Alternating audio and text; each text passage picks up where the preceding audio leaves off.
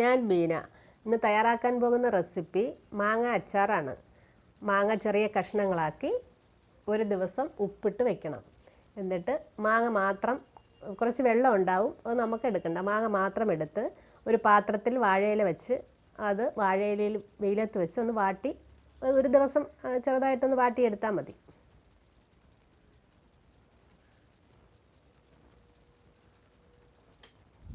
അതിന് വേണ്ടുന്ന ചേരുവകൾ: മുളക് പൊടി, ഉലുവാപ്പൊടി, കടുക് ചതച്ചതാണ്, കായപ്പൊടി, ആവശ്യത്തിന് ഉപ്പ്, കറിവേപ്പില, മാങ്ങ വാഴയിലയിൽ വെച്ച് ഒരു ദിവസം ഒന്ന് വാട്ടിയെടുത്തതാണ്. പാചകത്തിന് നല്ലെണ്ണയാണ് ആവശ്യം. നല്ലെണ്ണയാണ് അച്ചാറിടാൻ നല്ലത്. പാചകത്തിലേക്ക് കടക്കാം. പാൻ നല്ലവണ്ണം ചൂടായതിന് ശേഷം നമ്മൾ എടുത്തു വെച്ചിരിക്കുന്ന നല്ലെണ്ണ ഒഴിച്ചു കൊടുക്കാം. അച്ചാറിന് നല്ലെണ്ണയാണ് നല്ലത്. ഏതച്ചാറിന് നല്ലെണ്ണ ഉപയോഗിക്കുന്നതാണ് നല്ലത്.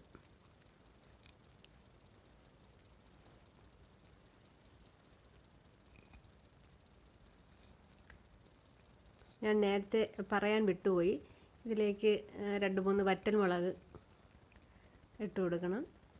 വറ്റൽമുളക് അച്ചാറിന് ആവശ്യം ഉണ്ട്, നല്ലതാണ്. അതൊന്ന് മൂത്ത് വരുമ്പോഴത്തേക്കും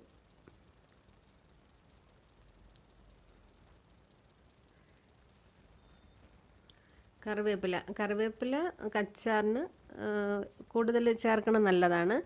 കറിവേപ്പിലയുടെ മണം അച്ചാറിന് കൂടുതൽ രുചിയുള്ളതാക്കും കറിവേപ്പില.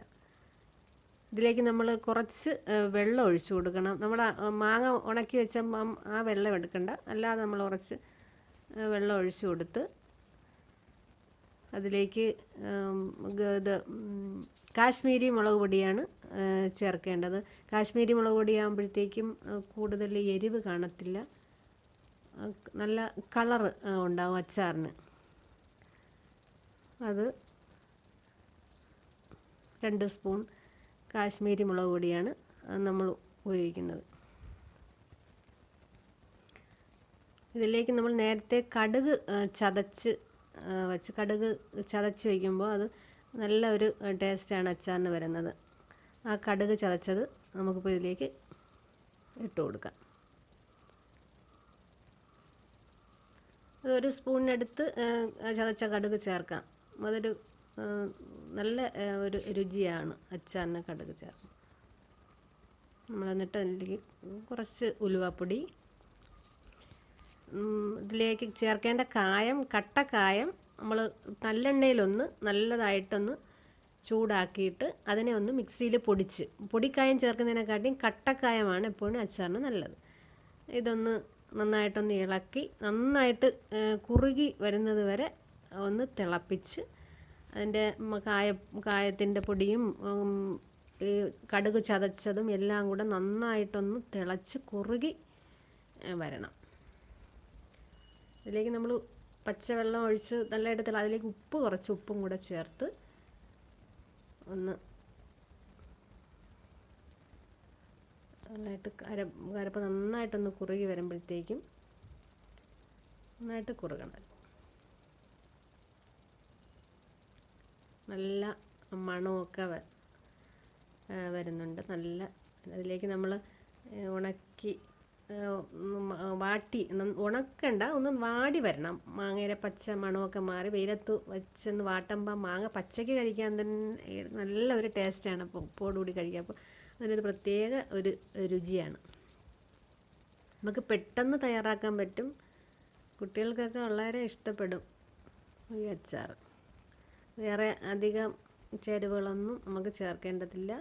മാങ്ങ ഒന്ന് ഉണക്കിയെടുക്കണം. ഇതിലേക്ക് നമ്മൾ കുറച്ച് മുളക് പൊടി, പച്ചമുളക് പൊടി വീണ്ടും ചേർത്ത് കൊടുക്കണം. കാരണം ഈ മാങ്ങയിലൊക്കെ ഇതൊന്ന് മിക്സ് ആവാൻ വേണ്ടിയിട്ടാണ്. അപ്പോൾ നല്ല ഒരു എല്ലാ മാങ്ങ കഷ്ണങ്ങളും നന്നായിട്ട് പിടിച്ച് നല്ല കുഴമ്പ് പോലെ നന്നായിട്ട് എല്ലാത്തിലും പിടിച്ച് നല്ല ഒരു കളറും ഒക്കെ ആയിട്ട് നന്നായിട്ട് ഇരിക്കും.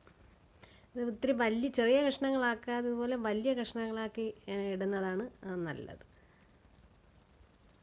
അതിലേക്ക് നമ്മൾ കറിവേപ്പില എത്ര ഇട്ടാലും നല്ലതാണ്. കറിവേപ്പിലയുടെ മണം ഒക്കെ നല്ലതല്ലേ.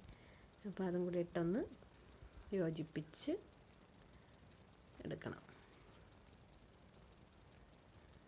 കുട്ടികൾക്ക് വളരെ ഇഷ്ടമാവും സ്കൂളിലൊക്കെ കൊണ്ടുപോകാനായിട്ട്.